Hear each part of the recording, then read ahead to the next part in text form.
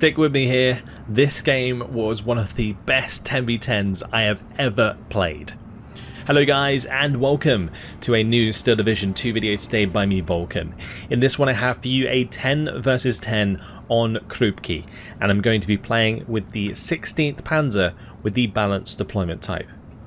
I just wanted to preface this video by saying that it is not sponsored. I make this video mainly because this game inspired me to do so. It is potentially one of the best games I have ever played in this game, and really shows off some of the best that Steel Division 2 has to offer. Let's follow this Focke-Wulf in for a bombing strike early on as we engage with forward elements of Valdus here. My Panzergren's unloading, going to be unleashing volleys of MG42 fire into our opponents. My Aftada unloading from their 222 recon cars just in time as one gets blown up, and the 222 with its 20mm going to continue to provide fire support against these infantry elements. Flak 38 20mm going to be following up, has a 20mm towed, going to be getting in a good position to cover against enemy aircraft, and I have a Grilla at the back. So what I'm going to be doing today is we're going to be supporting Hardzen and his King Tiger at the start of this 10v10. So I've decided to go for more support. We've got recon, we've got long HE fire support in the form of the Grilla, I've got some AA, and then I've got some Panzergrens that are going to be providing my basis of infantry for this game.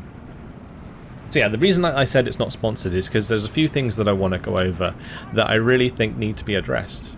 And I think that I want to say Steel Division 2 is the best World War II RTS on the market, and I firmly believe that as of this video. There is nothing that has come out that has convinced me otherwise since I have started playing this game. And I've played this game since beta. I've got 2,800 hours in it. I'm incredibly passionate about it. And so I want this video to almost be a basis for new players to be shown and kind of encouraged to get into the game. And I also want it to be a fun video for veterans, because this was an awesome 10v10. It really, really was.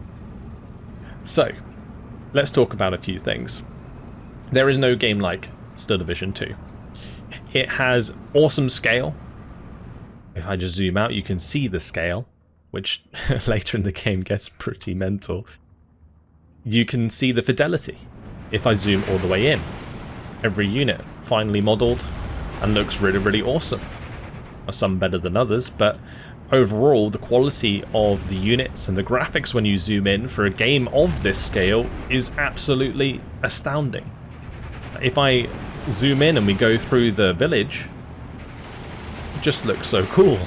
We can go through the bridge, we can check out the Stug and this WW2 We can come over here and check out the Panzergrens that are travelling in the back of the half track.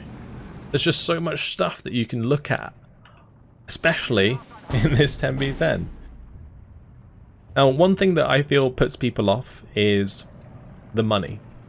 Now, why would you buy Steel Division 2? Well, it's only £35. And then people will say, oh, well, what about all the DLC? £200 for all the DLC, Vulcan. Well, you know what? There's a lot of free DLC, and you get a lot of free content in this game. And the content is good. It's not like the DLCs gatekeep you from the best divisions. No, in fact, I'm playing the 16th Panzer, which is a free division. And it comes with King Tigers, it comes with Nebelwerfers, some of the best units in the game.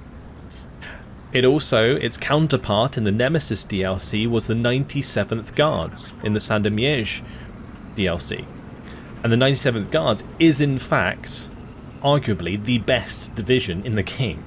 It is constantly banned in 1 vs 1 in competitive play, and it is also absolutely brutal to play against in team games. And we're going to be seeing it in this game. We have two players using it, Valdus and Sebastian here, using the 97th Guards. So you can play exactly as I'm playing now, this big old 10v10 with 20 players in a Krupki game that's going to be lasting a very long time, with some of the strongest divisions in the game, just with the base game, just for the £35, and the game goes on sale for 75% off very regularly. So you can get it for like £12. It's an absolute steal. It's crazy. And I feel like this video is just so overdue. It really, really is. Anyway, there is one more thing I want to say. For new players, I think there is a lot of resources that I want to point out. So first of all, the Steel Division 2 Bootcamp server. This is a Discord that provides players with a basis for coaching, for tutorials, for any tips and tricks they might need, and it is a fantastic tool. So I'll make sure to leave that linked in the description. There's also the Steel Division League, which is run by Protoss, and the Simulated Division Leagues Discord. So that's very cool. The competitive side of the game currently has 72 people duking it out for the best position in their particular division. There are different divisions for different skill levels. So there is a huge infrastructure around this game built on the community that is so passionate about this game, and all we want is new players, just more people to come and play. And that is, yeah, something that might put people off, like there not being enough players in the game. Average play count is pretty low, but I think it's just because Steel Division is quite niche. It's quite hard to learn, but if you use the tools that I give you and do the things that I tell you, then you're going to have a lot better time. A Focke-Wulf over here. This is my Focke-Wulf. It came in for a bombing strike on the right hand side. It ended up hitting some infantry. I threw it over here because I saw limited AA. I managed to kill off a infantry squad. But yeah, with most of that out of the way, let's really get into the meat and bones of this game. So my strategy going in was pretty much, yeah, supporting Hardson's King Tiger off the mark. The King Tiger, it costs 260 points to bring in, and you start with 500 points in the game, so that's over half your points invested into one unit. So Hardson would need support at the start. So that's why I went for the Aufklärer in the 2v222s to provide recon support so that we can spot enemy targets, and also the Grille, which is great for destroying enemy AT guns, enemy units that would be a threat against the King Tiger at a distance. I also brought in AA to protect against the air. Hardson also brought in his AA, his Flak 41s, but unfortunately they got demolished back here, so he had to kind of retreat them over to the left hand side because the SU-122s just started pounding them with HE from this position. We have Jagsaws and Lycus, two very well known people in my community who are very good at the game. This, I think, is one reason why this 10v10 was so good, because the teams were really, really well balanced. Anyway, the Stug 3 here going to be moving over to the left hand side with the Panzer 4. I need to get some units that can take away the threat of this T-34-76. So currently the T-34-76 just laying down machine gun fire, HE fire from its main gun onto my Panzergrens that are trying to take cover and now fall back after they found an engagement with guards units of the Soviets. Yeah, Panzer 2, or sorry, Panzer 4, Stug 3 engaging the GV Komlotti and the Saperi there. My 222 and my Flak going to be further up. The reason I brought my Flak forwards is because it not only AA, I can in fact use it against infantry, so this is in a position, if I use the C tool, the line of sight tool, I can see where that's going to be able to shoot. And I'm basically just waiting for infantry to come out the tree line here and engage the well, I can engage it with the 20mm. So my Panzer 4 unfortunately getting caught out. I did not anticipate there being an IS-1 in the tree line alongside the T-34-76, and neither the Stug nor the Panzer 4 can reliably penetrate the IS-1 from that distance, whilst the IS-1 and T-34 can both penetrate the Stug or Panzer 4. Unfortunately losing a unit in their transport there, the Opel Blitz getting absolutely destroyed. Panzer 3 actually going to be engaging the T-34-76 here. This is only a 1943 variant, so it only has 75mm of frontal armour.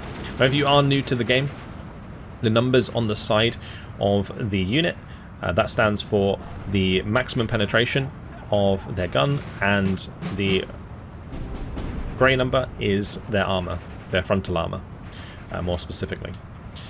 So, for example, the Grilla has 30mm of frontal armor, but it has no penetration. It still has a main gun with bigger HE shells, but it doesn't have any penetration per se, so it doesn't have the number there, it just has the armor. Whereas the Panzerhaubitze, it is a HE fire support weapon that is going to be firing HE rounds miles away, but it does also have a heat round that has 100mm of penetration, so it's going to be shown on the card there. Anyway, Stug's going to be continuing to engage the Maxim and the guards as they try and take a foothold in the light cover over here. I'm going to be bringing over a Pak 40 to cover off against the enemy vehicles, but we have managed to deal at least with the T-34, and that's forced the IS-1 to back off for the meantime. Bringing over my recon aircraft. This actually comes with 2 napalm bombs that it can use to deal some damage to infantry. Currently getting hit by a Flak 36 and not enjoying that, so it's going to be falling back and has potential to be shot down for sure as an oil leak starts coming out of the engine. Stug, unfortunately, going down to enemy units in the cover ahead of us, so that was a bit unfortunate. So we've basically sat at a 12-12. In order to win the game, we need to capture flags from the enemy. We need to push the front line by having units near the front line over opposing flags. So in this case, the enemy flag is here. So we'd have to go all up the road, push our front line over here. On our side, it's back here. On the right hand side, there is one here, and we have one on the bridge. There is also spread out further back. The reason that they are so far back on this map is because it's a 10 versus 10. And 10 versus 10, you generally want the flags further back, otherwise the games can get very snowbally and end pretty quickly. So some maps are specifically designed for 10v10, and Krupki is one of them, Tannenberg being another that I quite often show on the channel. Krupki is probably one of my favourite maps in the game, just because it has so much different terrain. It's got the rivers and lakes, it's got the town, of course, it's got plenty of forested areas, plenty of light cover, nice open areas. There's lots of variance in terrain, and it makes for lots of different strategies and allows you to use lots of different types of divisions on this map. Again, for newcomers to the Steel Division series, a lot of divisions, they specialize in different things and they have different vehicles and weapons to use. In my case, I'm using the 16th Panzer. It is a division that comes with very heavy tanks in the form of King Tigers and Tigers. It also gets a good contingent of Stugs, which you can see me using here. I think it'll also bring in Panzer IVs if it wants to. But the division, when you're building a deck from a division, you get to choose. And basically I'm playing around that armor. The 16th Panzer is a pretty simple in design division, in that the King Tigers are your core and everything you do is built around them. They can't really play in a lot of different ways, unlike a lot of other divisions in Steel Division 2. So basically the idea is that there's a King Tiger and you're supporting it with everything else. So I've got infantry, I've got AA, I've got my long-range HE fire support, I've got even Stugs are supporting the King Tiger really, because they provide a way to swiftly deal with medium armor and light armor that might swarm a King Tiger. So that's important. 222, fantastic little unit as well. You might have seen me bring in an Opel Blitz here. This is my supply truck. That was just used to refill my Grilla and my 222. So this 222 zoomed back across the bridge, going to be heading up the left hand side to help deal with enemy infantry. And my Grilla, meanwhile, did reload quite a few HE shells so that it could continue to engage enemy infantry. In this case we found the enemy recon squad, which was actually really, really nice. Made short work of them. And that's going to blind them in this position.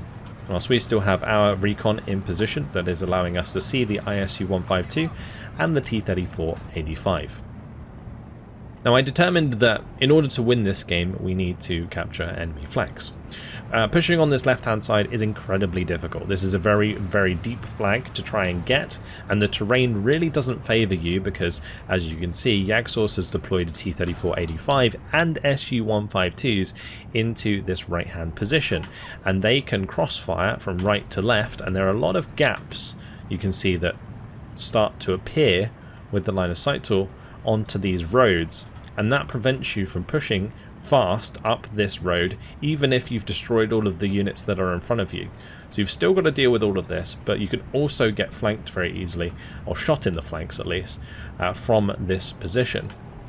So it makes it very difficult to get deep on this left hand side, and the further you go on this left hand side the closer you get to the enemy spawn, and that creates more and more attrition as you get closer and closer to the enemy.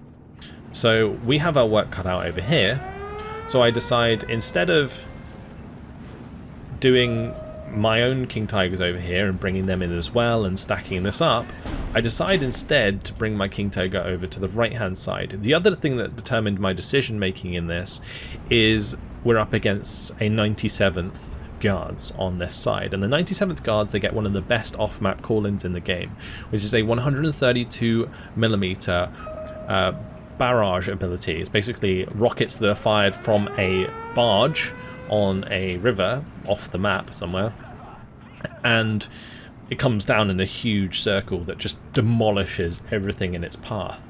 So we don't want to concentrate our units too much here, because in phase B and in phase C we're going to probably get hit by that regardless of what we try to do.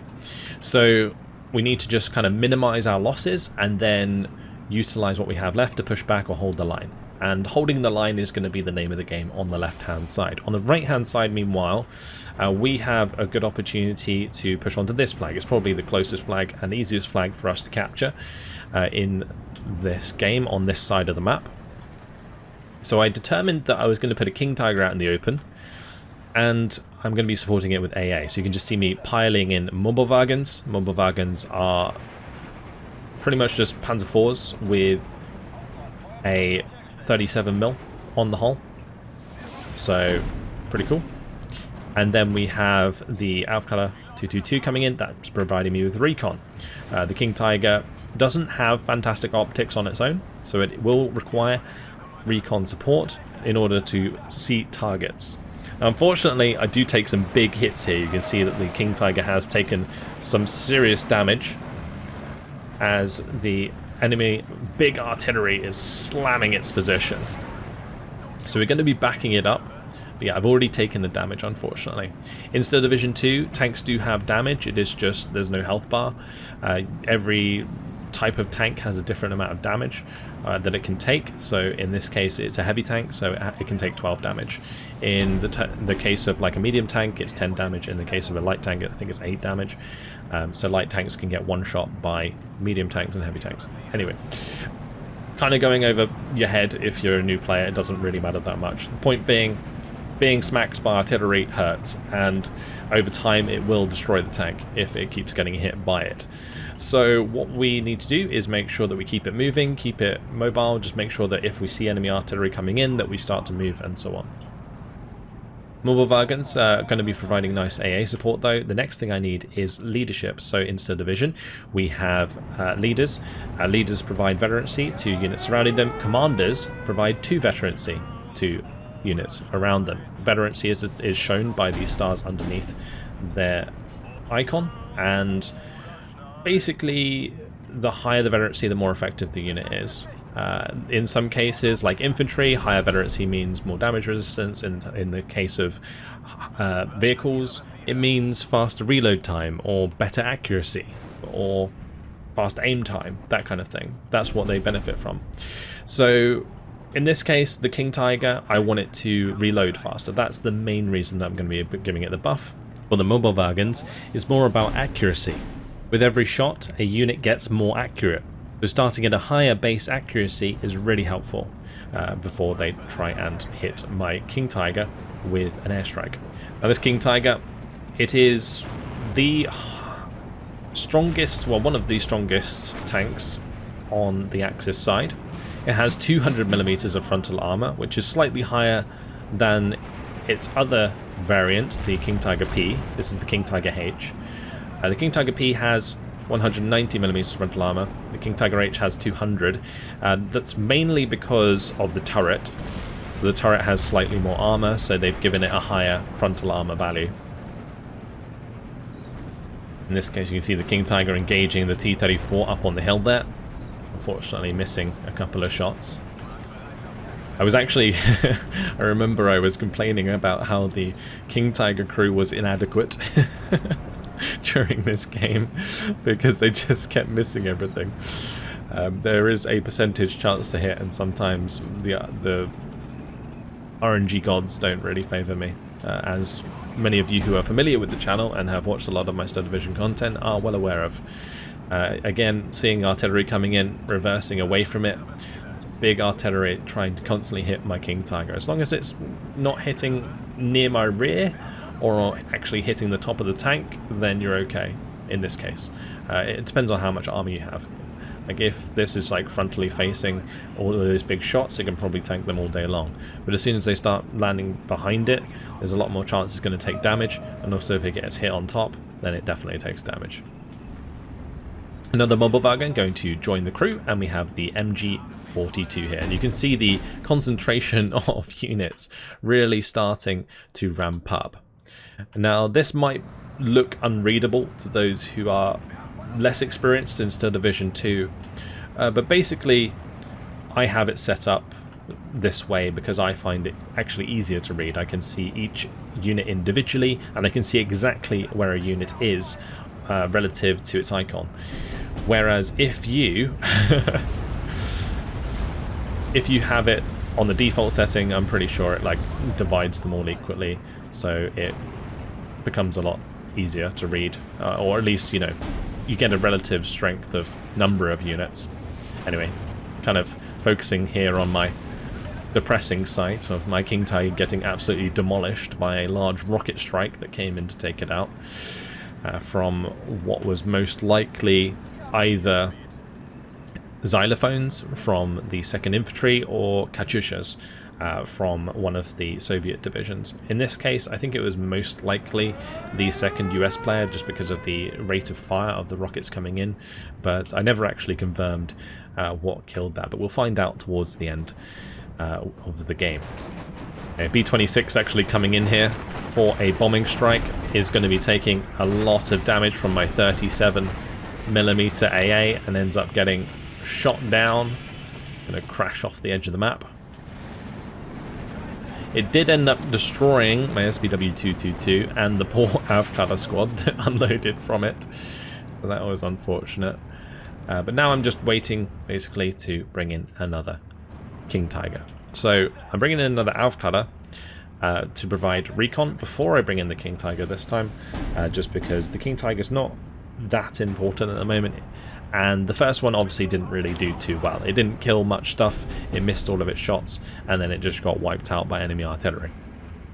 That is going to happen a lot with King Tigers if you use them carelessly. In this case, I feel like I got a little bit unlucky getting targeted so hard with the artillery early on, and therefore my tank taking a lot of unnecessary damage. But regardless, it doesn't matter too much. We can bring in another one. We have plenty of time to do so because it is a 10v10. And if you are new to 10v10, new to Star Division, 10v10s are probably where I would suggest you begin your multiplayer journey. If you are just interested in single player, that's absolutely fine. But if you want to transition to multiplayer, 10v10 is a good place to start, just because you do generally have more time to do things, and there is a lot less pressure on your shoulders. Anyway, Stug 3 going to be shifting up into position to provide help against these T-34-85s. The Stug actually has a relatively decent penetration chance at these sort of ranges against the T-34-85, even if the T-34-85 has almost a 100% penetration chance against the Stug. But in this case, you can see that Hardson's King Tiger is going very, very deep. He's trying to take out the IS-1 of Valdis.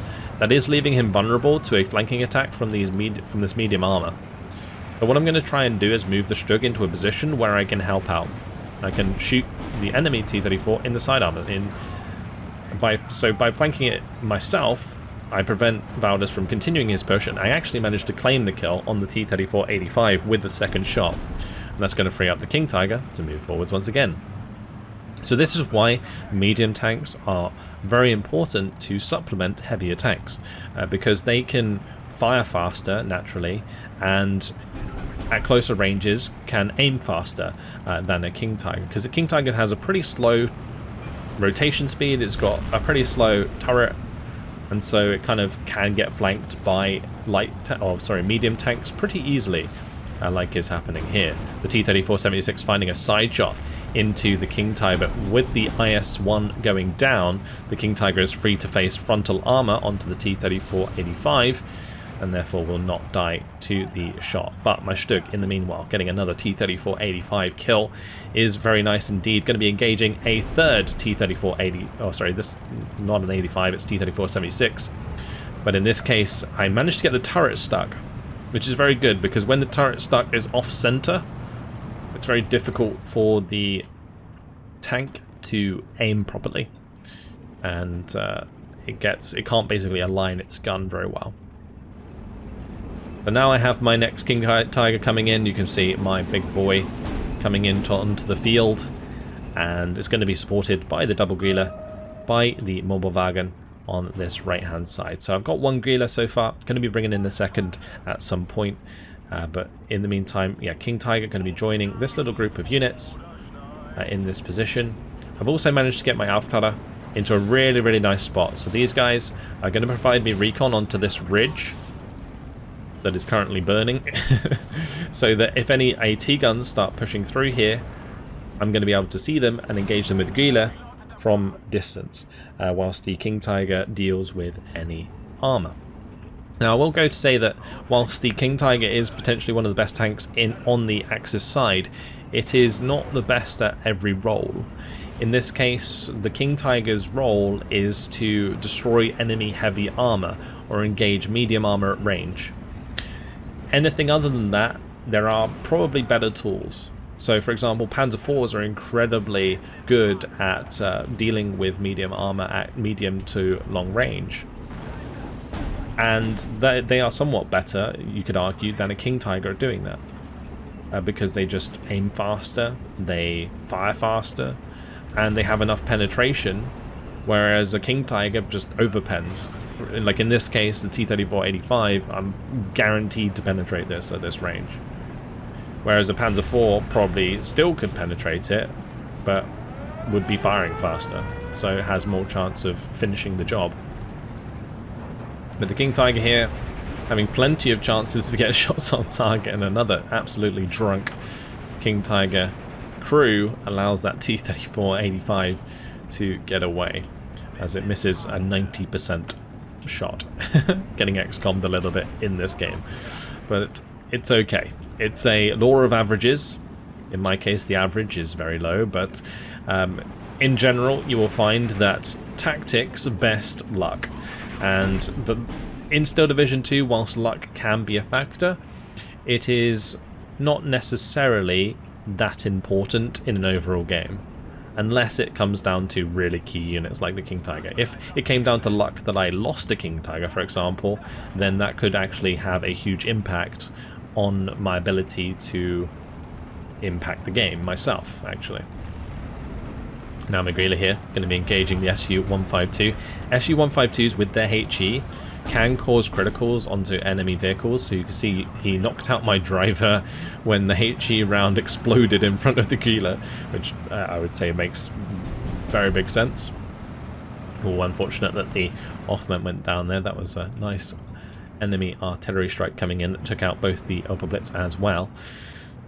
But yeah, I'm going to be having less and less units on this side as they get used up in support of Hardson, and Hardson's just going to be playing this pretty much on his own on this left-hand side with the support of Phil just a little bit. Meanwhile, I'm still dodging strikes on the right-hand side as more rockets come flooding in for another strike onto my King Tiger. In this case, I get a bit unfortunate because the strike is here, for example.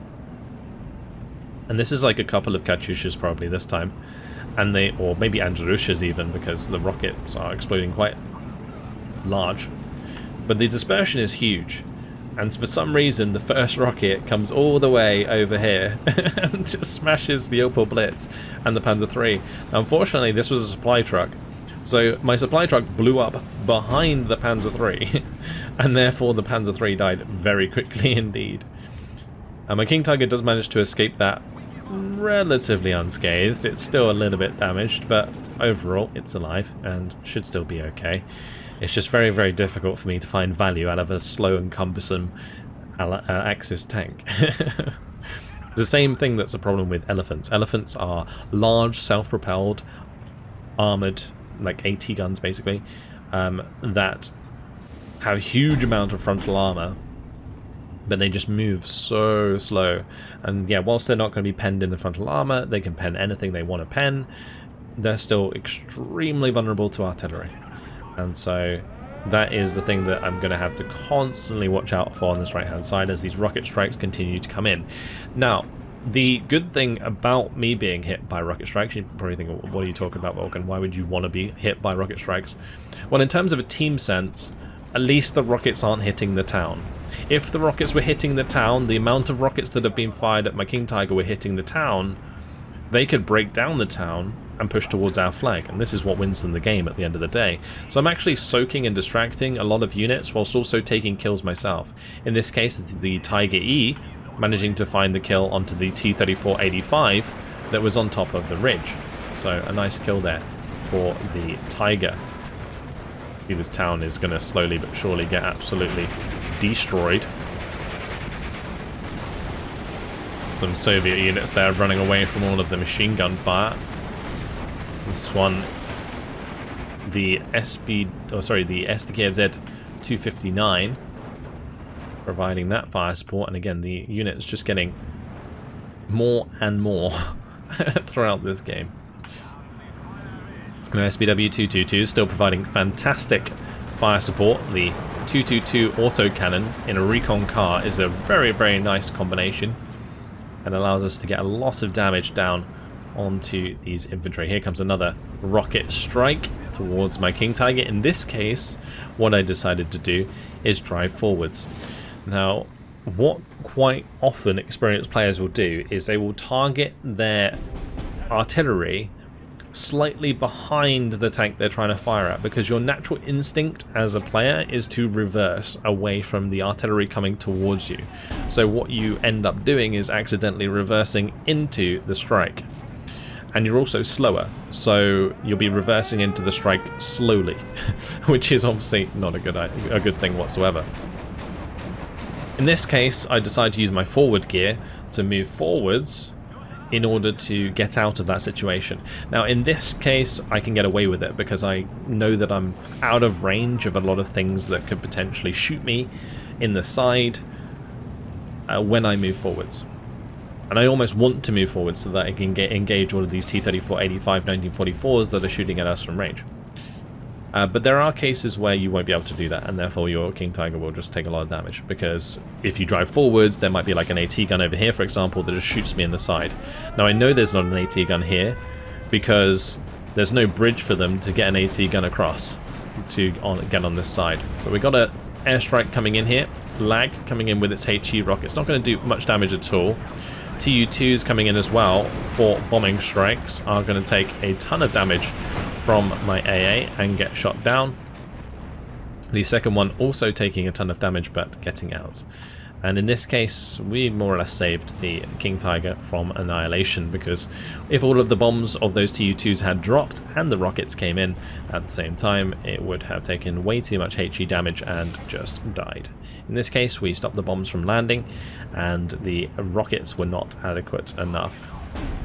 So now my King Tiger going to be engaging the T-34-85 on the ridge. It manages to get a really clean shot in there onto that T-34-85, and more rockets now coming in.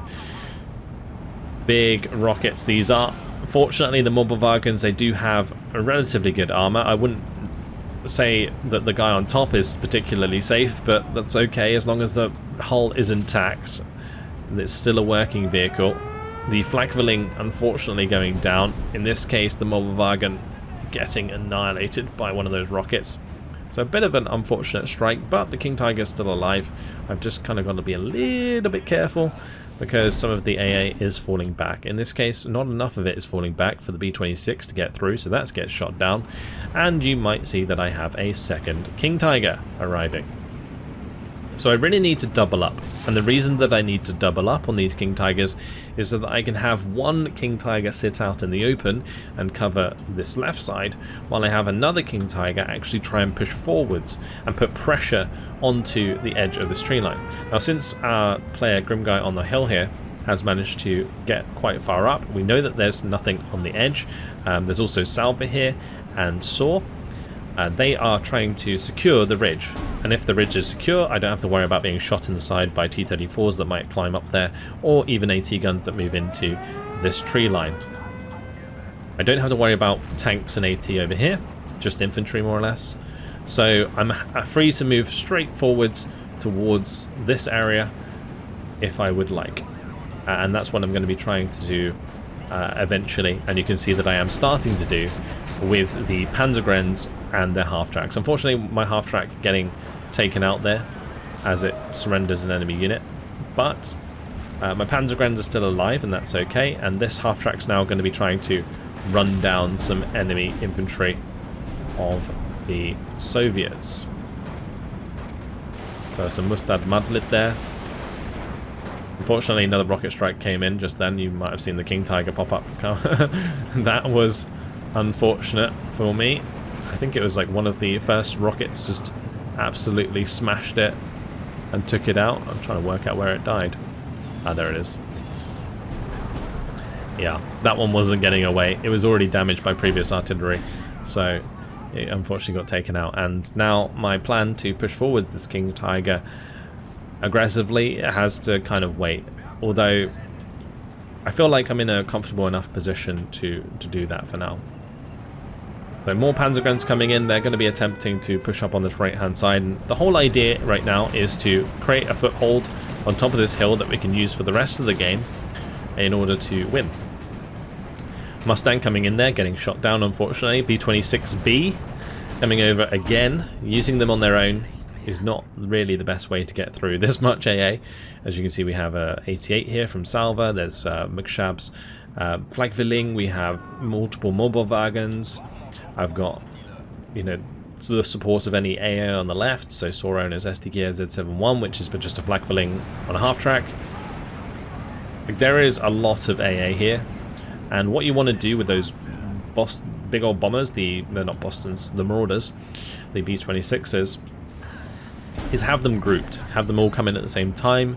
That way the AA doesn't really target as well, or can't take down all of them before the bombs get through, and then you actually get efficient bombing strikes. In this case, those bombing strikes are trying to come in, they're not really doing too much, and then they're dying. So that is, of course, a problem. So the King Tiger, I just decided to go for it. We're going to be coming over here, and then what I'm going to do is buy in a new one that can cover on the right hand side potentially. Mobile wagons are going to be spreading out, still keeping them close to the King Tiger just to make sure that it's not taken out by any airstrikes. Tiger also going to be trying to stay close enough to provide veterancy. The King Tiger having a faster reload time is very important for me to be able to duel the T-34-85 1944s at a distance. Well, I wouldn't really call it a duel so much as a chance to kill the T-34-85s, because they don't have a chance to kill me. The T-34-85 will be bouncing off my front armor all day long. The question is whether or not I can fire 2 shots off towards the enemy armor before they hide or try and move away. And in this case you can see that the King Tiger, even though it did have veterancy, wasn't able to finish off the T-34-85 because it reversed away from the position it was in. So I'm just trying to get this King Tiger to the left here to engage the T-34-85, and well, here comes another rocket strike. And rocket strikes do take a little while to aim, so in this case the enemy missing that rocket strike quite substantially because I managed to move into the town relatively quickly. I did take a little bit of damage maybe. It can be hard to tell because some rockets landed nearby, but not really close enough to do too much. Anyway, going to be finding a shot towards the T-34 85 1944, and once again going to be missing. Now we see enemy off map coming in. So when the strikes come in like this, you just see the explosions rising up, and that's because our opponent has decided to bring in a big old off-map vehicle that brings in 152mm off-map, in this case most likely, to attack us. The reason I know it's 152mm off-map is because of the size of the craters, how big the explosion is, and also the divisions we're up against. So in this case we are playing against both Krupki, who is playing with the 3rd Guards, the 3rd US Armoured, and we're playing against Gorda, who is using the 2nd US Infantry. It's very likely that the 3rd US Armoured has 152mm off-map from their Shermans, so you're probably utilising that to put some pressure on the town. It could also be one of the 152mm off-maps from the Soviets, but regardless, it came down and it did a decent chunk of damage to my King Tiger, because the strike there, whilst it didn't necessarily directly hit my King Tiger too much, any shots that land nearby will certainly start to chip it and do a lot of damage, making it more vulnerable to future rocket strikes. But what I'm going to do is just keep it back for the time being, but I've managed to get a second in. Now the ideal thing to happen would be that I don't lose a King Tiger before I bring another one in, and then if I start stacking up, they can become like a real threat, because if you have enough to cover each other, then you can make plays that are very aggressive, and when you can do that, it's very difficult to counter, because there's no tank that's going to be able to penetrate you unless they're really, really close, or get side shots. Which is usually what happens when they get close. In this case, I'm actually kind of worried. You might be thinking, why are you worried about T-26s? From these poor little T-26s being thrown into the fire up against your big, glorious King Tiger. Well, truth is, a T-26 can in fact side penetrate a King Tiger. So I need to be very careful advancing in this direction towards East Brandenburger, for example, because if these T-26s move up onto the hill, they can potentially side shot my King Tiger. It's a very low chance, but there is a chance, and that's all that's needed.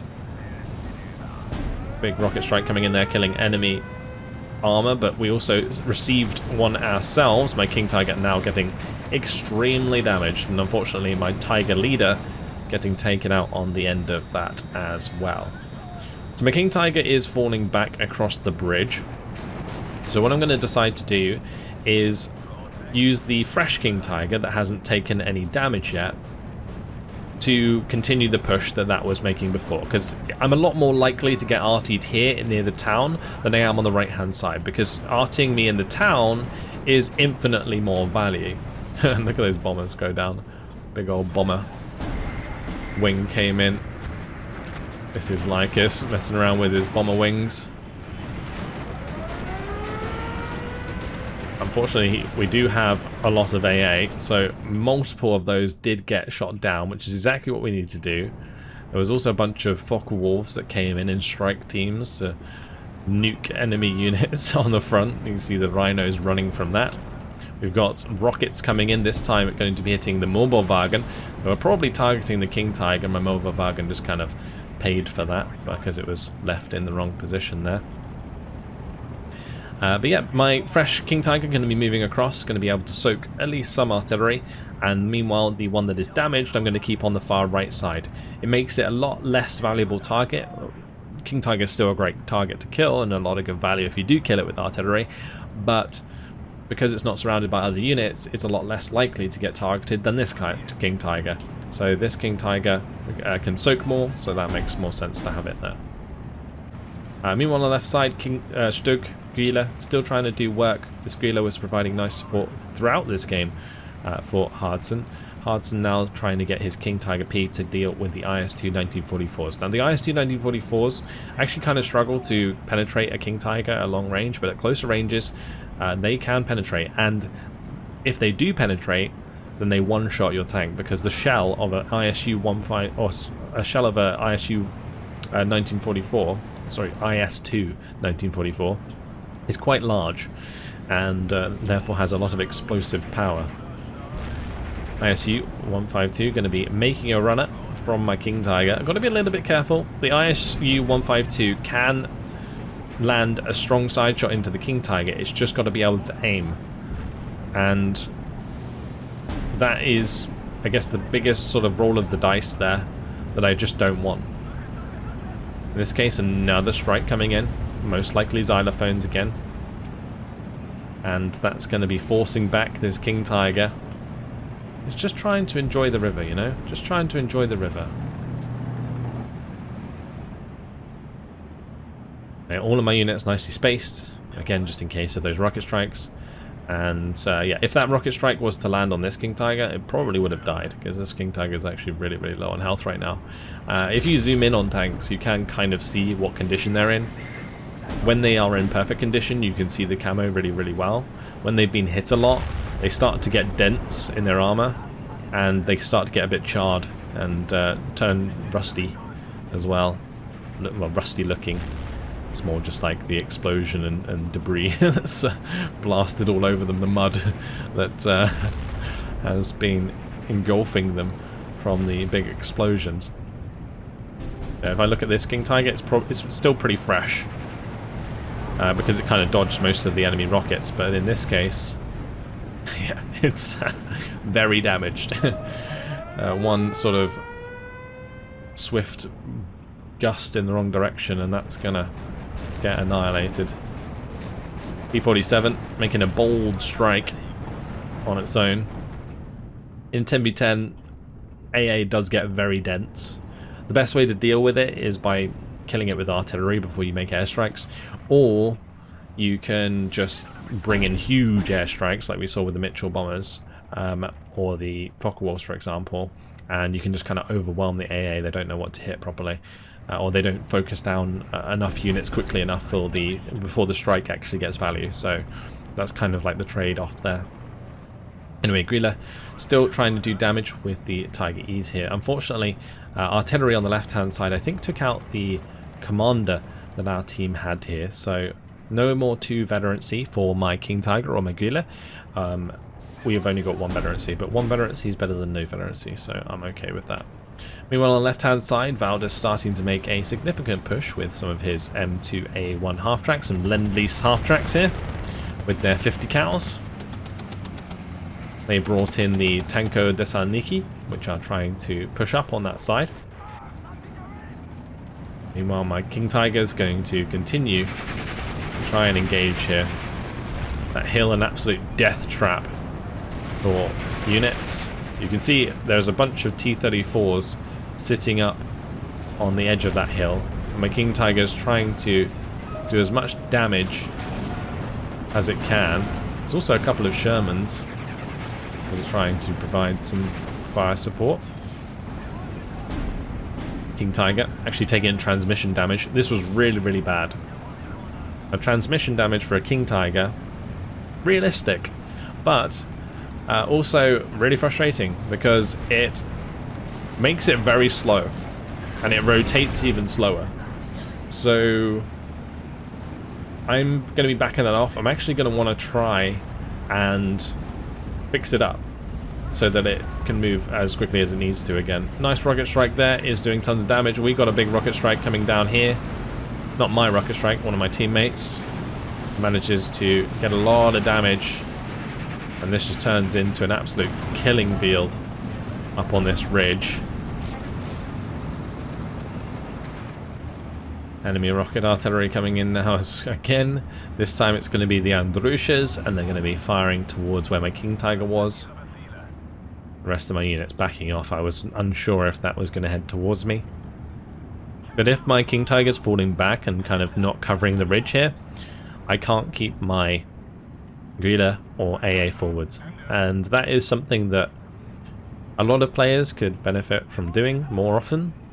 Is like when people lose their frontline tanks, like Tigers, King Tigers, T-34s, whatever, they leave their support weapons forwards. They forget to like move them back. And moving them back, like even if it's just pinned down, like yeah, the King Tiger hasn't died, don't get tricked that it's actually defending you, because it's not.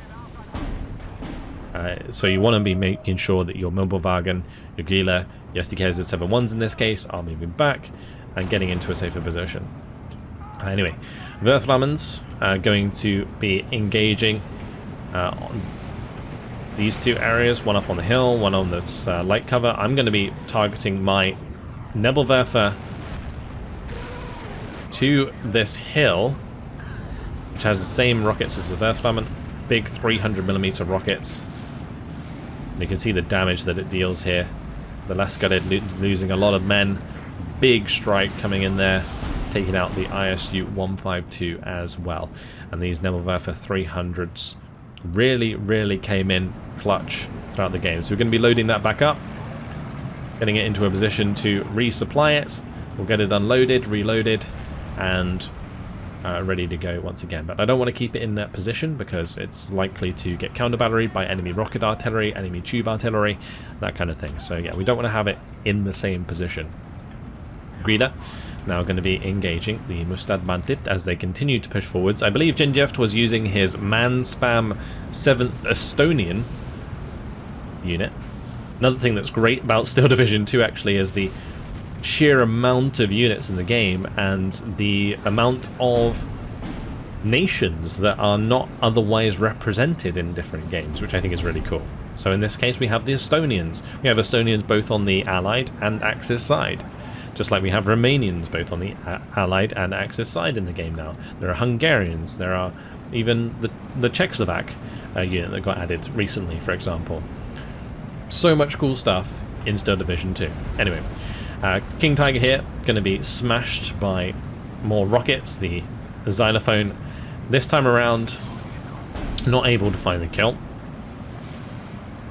That church is absolutely gone. Most of the town is now completely gone. If you saw me zoom into this earlier, well, look at it now. It's just a pile of rubble, and there are wrecks everywhere. Burning wrecks, not burning wrecks, just wrecks.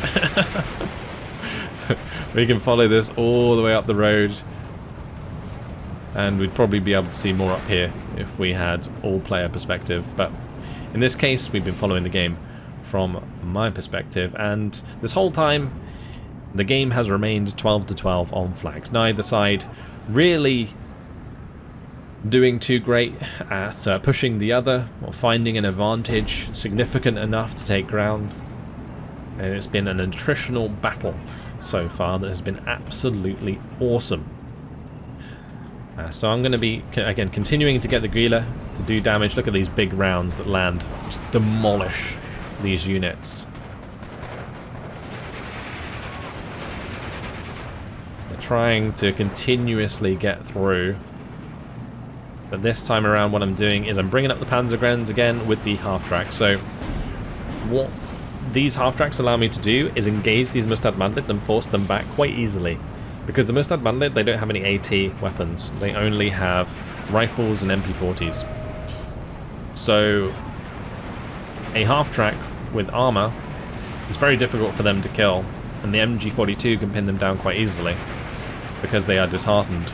Disheartened trait, what that does is they automatically fall back if they get pinned down like that, and they also take more suppression than usual. I think it's 50% more, so they get suppressed faster, and in this case it's just going to make them ping pong backwards and forwards, because as soon as they recover they're going to try and push back in. Unfortunately rocket artillery came in all the way over here and hit my Panzer IV. I think my opponents thought this was a commander rather than a leader, but this was just the leader Panzer IV that I supplemented in after the Tiger died to give the King Tiger veterancy. Regardless, it is annoying for me that that died. Not as annoying as it would be if it was actually my commander, like when it exploded next to the supply truck over here. But nonetheless, King Tiger is going to be less effective without that. Now artillery coming in again. This time the King Tiger P had no chance, nowhere to run. Does get taken out. My Tiger now, the largest tank that I have on the field here, or well, sorry, that's not my King Tiger dying, that's the friendly King Tiger coming down. But on the right over here, yeah, my Tiger is holding the line. And this Tiger nowhere near as resilient as the King Tiger, but still packs a punch at range and is difficult for the T-34-85 1944 to penetrate regardless. At maximum range, one of these probably has like maybe 10 to 15% chance to penetrate a Tiger, whereas a Tiger is almost 70-80%, I think it is, penetration chance on the T-34-85, so it's not favourable whatsoever. Unfortunately, my Stug is going to die on this right hand side. You can see that stuff is slowly but surely being chipped down. Artillery had landed on the map. In order to save our CPUs, Rex, or actually I don't think Rex disappear, but the craters disappear as they're somewhat painted on the terrain. But basically, big off-map was coming down throughout this game, both on this side and on this side. The 132mm off-map that the 79th get, they get 4 strikes. So on my team, we were actually counting the amount of strikes that they get. That's 4 strikes between them, because there's 2 97th Guards divisions that we're up against, and that means that each division has 2 strikes that they can use, because they get 2 of the off-map call-in vehicles. Anyway, King Tiger now going to be continuing to engage T-34 85 1944. Tiger waiting to get in line of sight there as well. I've also got the Nebelwerfer now firing away, providing nice artillery fire that will be decimating the ridge. Looking for some kills. I can't see what's here, but I'm kind of guessing, and you can see that a unit did explode back there as it hit. These 2 rockets somehow hitting the same place. It would have been nicer if they had a bit of a better spread. Now enemy artillery coming in towards all of my vehicles here. I'm soon going to be moving them back. Yeah, Nebelwerfer loaded up once again, going to be moving after it's fired. And I'm going to be trying to bring that one over towards this one so that I can collate all of my supply into one area that will reload the unit faster. If you have multiple supply trucks, I think it does give an increase in reload time or resupply time on a unit. I'm not 100% sure on that, but I'm pretty sure that's the case. If you have more than one supply truck, it will supply faster. Anyway, the other thing that I was conscious of is that I should bring in a leader for these artillery pieces as well at some point. So you'll see me bring in an artillery leader that I'm going to be sitting by them. It doesn't need to be an artillery leader, by the way. You don't have to have a tank commander for a tank, for example. I could have an infantry leader stood next to the tank and the tank would still benefit, like this Battlegroup here, giving veterancy to my King Tiger. But in this case, the Battlegroup or the artillery leader was the only thing I had left. So I'm going to be bringing that in at some point to provide extra reload time for my Nebelwerfer, or reduce reload time. I don't want it to have more, I want it to have less. But yeah, less reload time for the Nebelwerfer so we can use them more frequently. And that is actually a really good tip, especially when you have a commander on the map, and your commander is generally quite close to the back of the map, so you can actually have leaders separate next to your artillery, which will allow them to reload faster. It's particularly useful for rocket artillery that takes a long time, as like a percentage is a huge increase. Unfortunately, my Alpha there burning up in the 222 as it gets sniped from the ridge.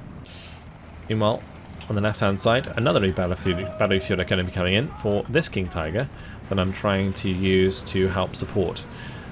This King Tiger was vitally important because it was protecting the road. Without this King Tiger here, things can't come across this bridge. What I didn't anticipate is that they would also just RT the King Tiger, right? So what ends up happening is, because my King Tiger is pretty close to the road, it's going to take artillery rounds and therefore the road technically gets cut off, and the 222 that tried to drive past me ends up getting direct hit by a 152mm artillery piece and promptly explodes. Anyway, King Tiger backing off across the bridge, getting it into a safer position on this side. Safer because I have more space to move.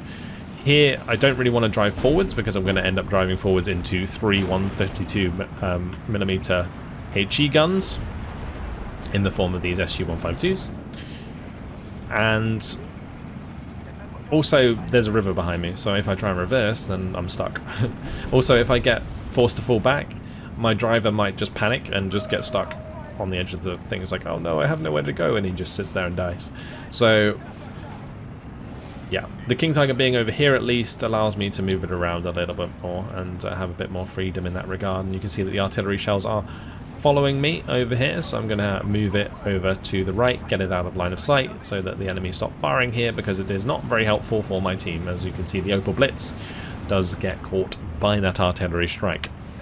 I did manage to sneak a few Panzer across the bridge in the meantime though, and you can see that has taken effect. A Pak 40 that was here protecting this road unfortunately gets taken out because a big push of T-70s and Valentines is coming over to try and attack the town. The T-70 here running away in the opposite direction. The Valentines trying to provide support. In this case, Pak 40 catching them in the side armour. Not the best units in the world to push with, but I admire his spirit. The T-70s are light tanks, and the Valentines I think technically class as light tanks as well. I mean, they might be medium tanks these days, but the King Tiger can actually kill them very, very easily. So I've got a King Tiger, Hardson has a King Tiger, they're both 2 vet thanks to the leaders nearby, and that's going to make short work of that push. Here we go again with another big bomber run. Lycus trying to get his bombs off. Bombs away. And now the AA is going to try and take effect and shoot down as many as we can. There were already bombers on the right hand side, so this is like the second wave basically, and the concentration of AA is very high. They managed to kill quite a few of them out of that formation, and the remainder gonna get away. But actually a really, really successful shutdown of a lot of bombers there for us. The beauty of that kind of engagement, if we can kill as many as possible, is that the next time around when they come in, there will be less of them, which makes them easier to focus down. Whereas if there's still a lot of them, then quite often they can come in and get out without taking any losses. But I purposefully on the right hand side right clicked each bomber one by one to make sure that my AA was shooting at units that were in range and not switching targets when planes get pinned or like forced to fall back, because anti-air naturally will shoot at planes that are not falling back so that it suppresses units before they get their strikes off. But if there is a lot of bombers, the bombers are probably going to get through regardless. So the best thing to do in that case is just try and kill as many as you can, so that the next time they try and bomb, they don't have as many. And therefore you can do it again and again and again. And by attrition, you stop the effectiveness of those bombing strikes. Jumbos now getting taken out by a very nice rocket strike. One of them surviving, unfortunately, but otherwise that was absolutely gorgeous.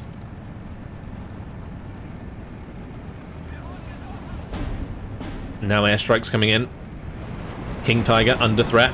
IL-2 coming in with rockets. Fortunately, those rockets, not the greatest caliber. In the 82mm rockets, they probably only do like 2 damage a hit, and only direct hits do damage from those rockets.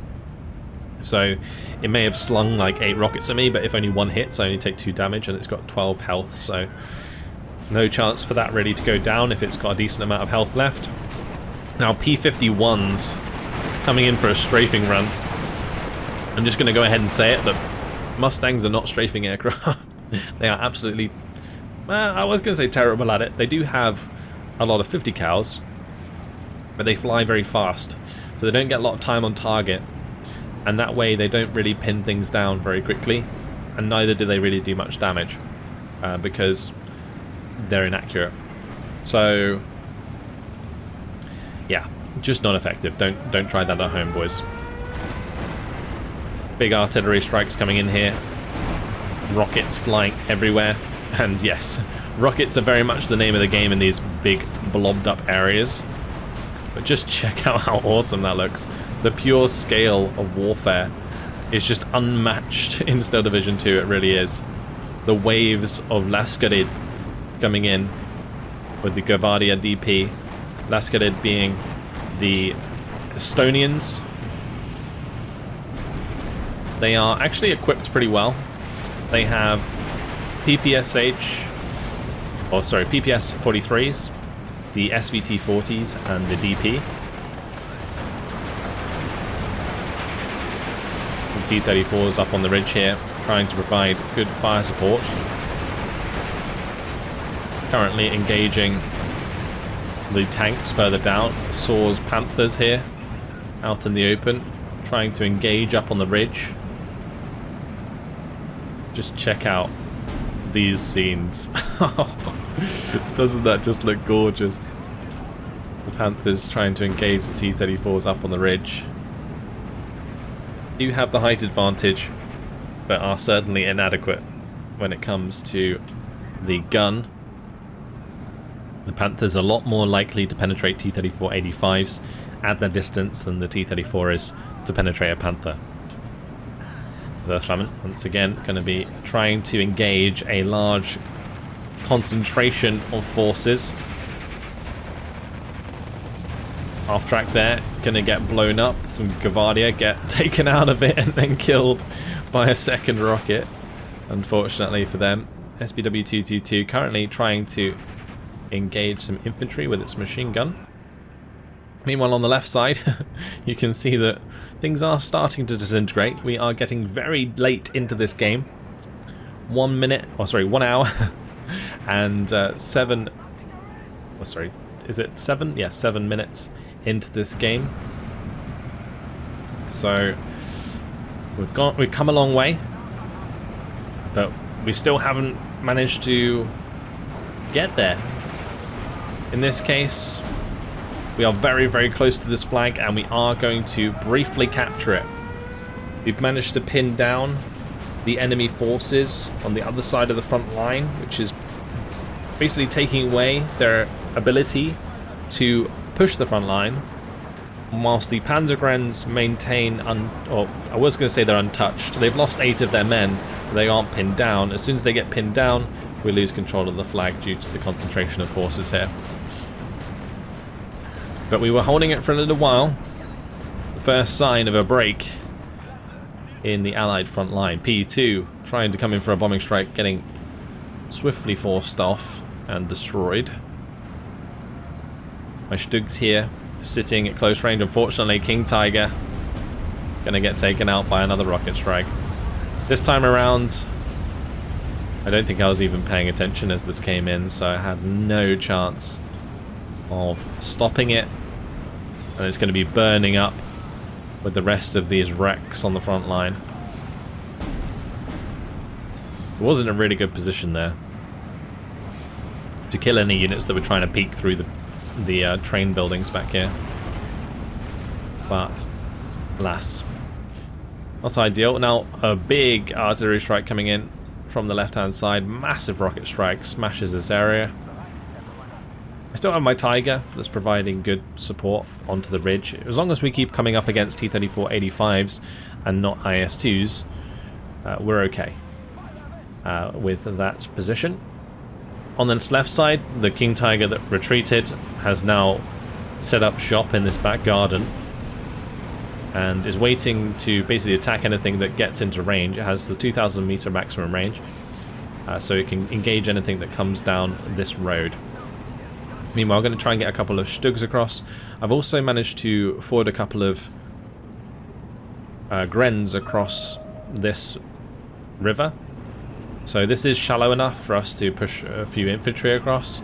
So I've managed to unload a couple of infantry here, and we're running them into position now behind this flag, because I was a bit worried that we wouldn't be able to get things across this bridge effectively with an IS-2 1944 covering the main road and the T-34 85 1944s in position. But what I'm going to try and do with these Stugs is get them closer before we engage the T-34 85, so we have a much higher chance of penetration. Big bomber strike coming in on the right hand side there. The Focke-Wulf 190s looking to try and kill the IS-2 1944. Leave it very, very low on health. It has got to go because it is a threat to my Tiger, to my Mobilwagen and the SDK Z71. So you can see that it's forced me to move these closer. Now you might think that's a bit strange, but basically by moving closer, the trees cover the line of sight.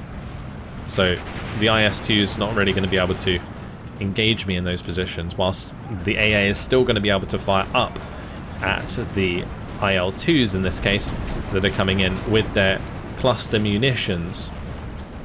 He was trying to overwhelm the AA, but alas, not doing enough. Now the Year 2s coming in. These are big bombers.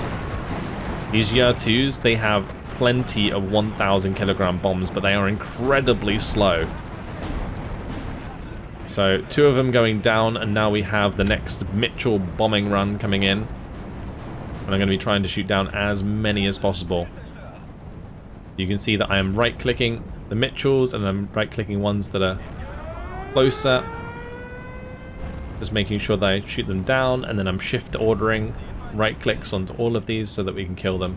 Focke-Wulf 190 coming in for the intercept. Does manage to claim one of its own, but likely to get shot down itself.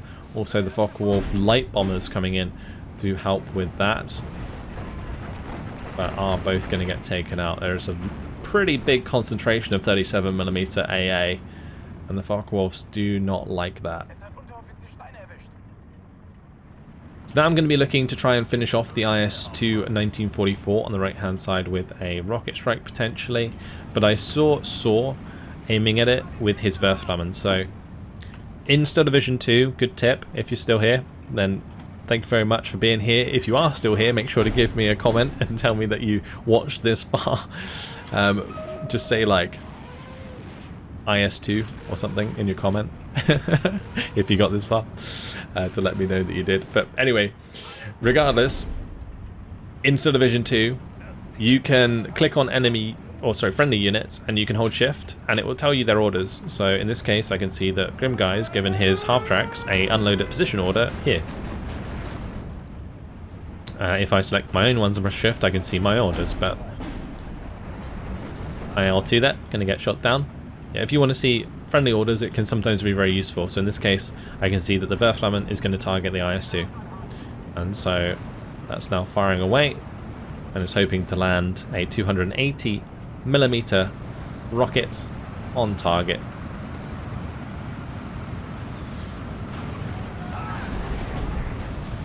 And what do you know, it landed close enough to finish it off. I only needed to take a little bit more damage. Now I've got some pioneers that are going to be fording the river as well. Off they go, wandering across. I mean, just got everything in this game. I think that's why I enjoyed it so much. It was a long game that didn't feel long. It just was awesome. It really was. We've got Phil Age trying to get his infantry across the bridge. They're suffering with artillery fire coming in. Meanwhile, I'm just like casually fording the river down here and doing it the easy way, the less explosive way, shall we say. Yeah, it's just absolute destruction. Let's just go up this road, shall we? Have a look at this road. Loads of Panzer IVs dead. And Panards. King Tiger. Panzer IV. On the other side, some Su-152s. Loads of Su-152s. ISU-152 even. Probably more losses for us than for them. But on this right hand side, now bringing in my own Focke-Wulfs. Finally bringing in some my own air. Not a huge fan of using air in 10v10 just because there is generally quite a lot of AA, but in this case was looking for the rocket strikes onto enemy armor. I'm going to bail pretty early on that because I lost line of sight on my targets, and AT planes need line of sight to be effective, so I'd much rather just get out of there, get them reloaded, and bring them back in for another strike when they're ready. And since they didn't use their payload, they will refresh pretty fast on the bottom left, unless they need to repair, which most of them do, because that was quite a lot of AA that still hit them regardless. Pack 43 here, going to be providing nice damage onto the enemy, using its HU rounds. It's also really good for taking care of any of the IS-2 1944s that are left. But now what I'm going to be doing, I'm going to be bringing in some Stugs. Now Stugs in this case are going to be pretty good in this medium cover. They're going to be less of a target for the enemy rocket strikes, and they're going to be able to still kill Su-85s and T-34-85s at closer ranges. They might trade 1-for-1, but that's okay, because Stugs are actually pretty cost efficient. They're only 80 points if I trade 1-for-1 with the T-34-85-1943, for example. We are up 15 points. If we trade with an Su-85, we're actually down trading, but it's not so bad. It's like still more or less 1-for-1. It's like 10 points difference. Not too bad. And if I play it right and I do like 2-to-1 engagements, then I might not even trade like that. I might trade 2 Su-85s for 1 Stug. Okay, Werflammen's firing away once again. I think these actually have a different caliber. I think I said earlier that the Nebelwerfer 42s are the same as Werflammen's, but they actually have the Werfkorper, or Korper, Spring, which is I guess a spring-launched rocket, rather than the Werflammen, which I believe is just a rocket. The Nebelwerfer 42. Bit of a different type of rocket. Those poor chaps having to haul that into the multi-ammunition, or well, into the towing position of the multi-ammunition, because we'll be moving it after it fires every single time. On the left-hand side here, things not looking great. My Pioneers Panzergren's trying to hold the line. I tried to get an MG42 into position to help kill infantry, but it kind of just got stranded on this side of the river. You can see the bridgehead. Anything that tries to come across just gets nuked to oblivion. On the right hand side, unfortunately my mobile wagon's slowly but surely getting picked off. One of them got killed in the town just then. And on the right hand side you can see I don't really have too much more here. I definitely became extremely reliant on these Nebelwerfers to do damage. And they can do a lot of damage, so that was okay. Panzergren's coming in. Lots and lots of Panzergrens now. This is both Saw and Grimguy bringing in Panzergrens. I like this like 2x2 sort of formation that's going on. Oh, we get 3 there. There's multiple players understand the priority in attacking this flag. Now we do have to protect this flag. In order to take the victory, we need to be ahead in flags at the end of the game, and be ahead in tickets. So we need to hold this flag, and for them to have less tickets than we do, which is this bar here. Like in the case of a draw, what will happen is if we have more flags than they do, but we have less tickets, then that's a draw. Also, if it's 12-12 in flags, it will be a draw. So there you go. Anyway, Stug 3 here, trading for a T-34-85 1943. Very nice indeed. Taking care of that is actually really important because it can kill units as they come up this road, and of course we don't want that to happen. But both sides investing a huge amount of half-tracks into this side of the map. They're all bringing in infantry, so in this case we've got Panzergrens. In ours, the M3A1 half-tracks probably just have enemy US infantry in them. Since this is the 3rd Armoured Spearhead, it's most likely just some armoured rifles. Got the Focke-Wulf 190 being shot out the sky here on the left-hand side. I got some really good rocket strikes in here. I smashed this IS-2. Not enough to kill it, but certainly did a chunk of damage. King Tiger, meanwhile, trying to get shots up the road, force these units to unload. This is a lot of infantry that's going to start running towards this flag, try and capture it. But yeah, we're still 12 to 12, things still even. Over an hour and 20 minutes into this game. Incredible stuff. Panzergrenz now going to be getting into a good position. I managed to sneak up this hill and get the Panzergrenz here, which was nice because it kind of gave us a position where we could see quite a lot of enemy units. P2 trying to come in for the bombing strike isn't going to succeed. I did pin down both these guards units, so I will be charging them with the half-tracks to look for surrenders. If I can trade a half-track for the surrender, I'm perfectly happy with that.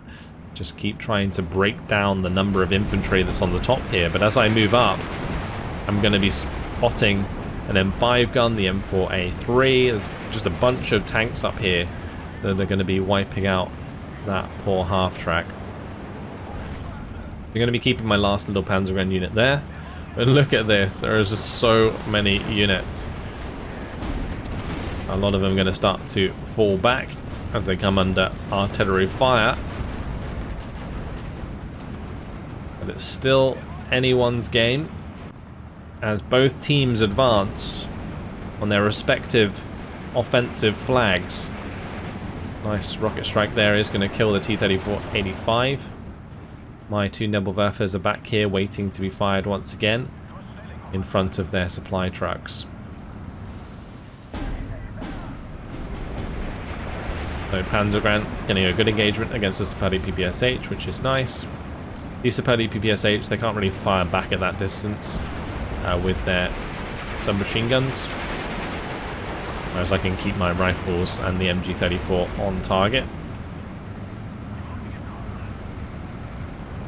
Enemy rocket artillery coming in once again. The concentrations of units now are getting even higher. The later we get into this game, the more that's going to be the case. Unless, of course, people run out of units. But in this case, you can see that the concentration here, for example, is massive. So all of these Panzergrens getting eaten by these rockets. This push from Saar across the river just didn't really work out. And now my Nebelwerfer strike going to be coming in and trying to kill as much of this infantry as possible. Do manage to take out some of the Lascadid. I'm going to be able to take out maybe a tank or two. So that was an okay strike for my Nebelwerfers. Just trying to weaken them as much as possible. There is now 7 minutes left on the clock, so the concentration and pushing of all of these units is increasing. Both teams getting very, very aggressive. So ZIS-2 here going to be used. Got the converted gunners pushing forwards and supporting them. Converted gunners are the US. From Lycus here, his Task Force 45, helping out the Soviets in this case. Here come the bombing strikes from the Focke-Wulfs. Doing quite a lot of damage, killing off the AT guns at least, which was pretty useful. Flying very low as they try and escape. Pulling up only when they're getting out of range, and are going to survive this time around. And meanwhile, on the right hand side, the Panther and Stug going to be trying to navigate the wrecks and continue to engage enemy units. Back 43 there in the open, going to be trying to pick off some enemies as well. Now more rockets landing on this hill. This hill was absolutely pounded this game. Panzergren moving up. You can see that when I zoom in here, my computer does struggle a little bit. I've got a good PC, but it's just due to the sheer scale of destruction. Loading all of the wrecks, all of the units that have died throughout this game, the big 10v10s. There is just, again, there is nothing like this available anywhere else.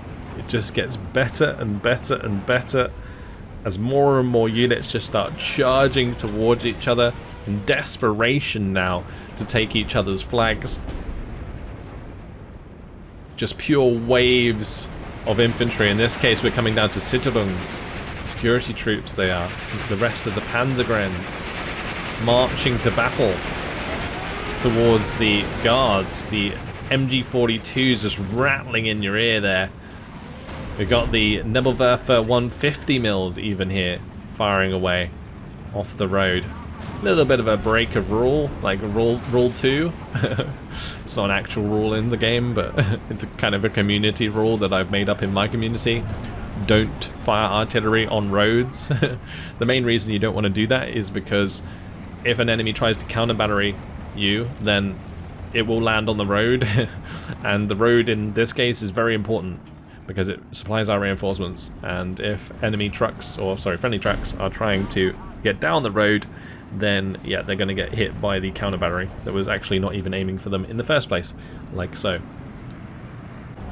So don't break rule 2, boys. Make sure you're firing from a place that's either not a reinforcing road or a place that is in cover or in the open, maybe, but you probably don't want to be in the open, at least not in vision of the enemy. Okay, Panzergrens here, getting ready to push onto this flag. I just unleashed some more rockets. I'm going to probably have one more chance to help break down the enemy on this ridge. But just check out the burning. It's like Nebelwerfers smashing away. Like so many T-34 wrecks up on this hill. It's just awesome. Utterly awesome. The last of the Mitchell bombers going to be coming in, trying for a little bit of a bombing strike, but probably all going to be taken out. There goes one. There goes two. And the last one taking a ton of damage from the 88s and the 37s. Is it going to escape? This time around, it's a lucky boy. It did do a lot of damage to the infantry. Panzergrens shifting up here into position to try and capture this. My plan is to basically have the half tracks push forwards after any rocket strikes. Unfortunately, in this case, an enemy rocket strike is going to be coming in and forcing back all of my units. So, yeah. On the left side, artillery really doing a lot of damage to all of the infantry that is trying to push forwards. Stug here, trying to cover from across the river alongside an Italian Stug, the M43, and then we have the Panther A. Oh, just look at that. Just look at that. Insane. This, just the scale is so cool. Alright, anyway. Stop having a nerdgasm, Vulcan. Let's carry on. We got the Panzergrens charging forwards with the SDKZ-71 even helping now as infantry fire support. The half tracks trying to make their way through the wrecks and towards the enemy as we keep trying to climb this hill over and over as it gets bombarded by enemy artillery and friendly artillery alike. Those are a couple of situations where I was sitting on the edge of the ridge and I was hoping to push up, but then I ended up getting pinned down by friendly fire. Here we go again. My rocket strikes coming in, trying to take out some of the enemy forces. Try and weaken them, weaken their hold before we make another push into this position. There's plenty of units here that can take advantage of this and try and maybe surrender enemy units. But they do have a jumbo, and a jumbo that doesn't care too much about enemy artillery. It doesn't take much suppression at all from those strikes. But we still managed to hold on to the flag briefly. The enemy have managed to take this flag. Unfortunately, these ones are probably going to be a little bit late to the party as they try and cross once again. And Phil, well, unfortunately, his infantry that was here that I told him to move right got obliterated by off-map, so he couldn't do that in the end. But we need to hold this flag. If they take it right now because we have less tickets than them, the 13 to 11, would actually make them win the game. We got 25 seconds left on the clock.